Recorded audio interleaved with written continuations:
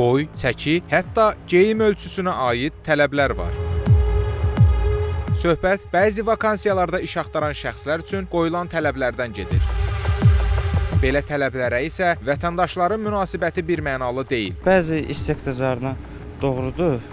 Çünki məsələn mühafizəçilər falan arxada işləyənlər, məsələn kompüter arxasında olsun, belə olsun, orada deyil, vacib deyil. Sağlam olsun insanlar, bəlkə də bunu istəyirlər işçiləri sağlamlığına fikir verən insanlar olsunlar. Yəni də heç bir əlaqəsi yoxdur məncə. İşçinin həmin işi görüb görə bilməməsi ilə bağlı olmalıdır.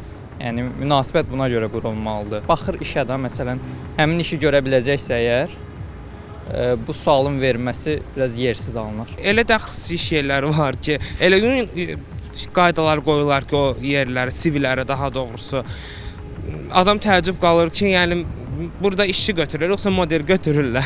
İnsan resursları üzrə mütəxəssis Vəfa Mehdiyeva deyir ki, vakansiyalarda tələb olunan göstəricilər işin mahiyyəti və funksional tələbləri ilə birbaşa bağlı olmalıdır. Əmək Məcəlləsinin 48-ci maddəsinə əsasən işə qəbul zamanı təqdim olunan sənədlər yalnız iş funksiyasına uyğun ola bilər. Maddə 16 ayrı seçkiliyin yol verilməzliyi isə göstərir ki, boy, çəki, yaş kimi fiziki göstəricilər ümumilikdə elanlarda qeyd edilə bilməz.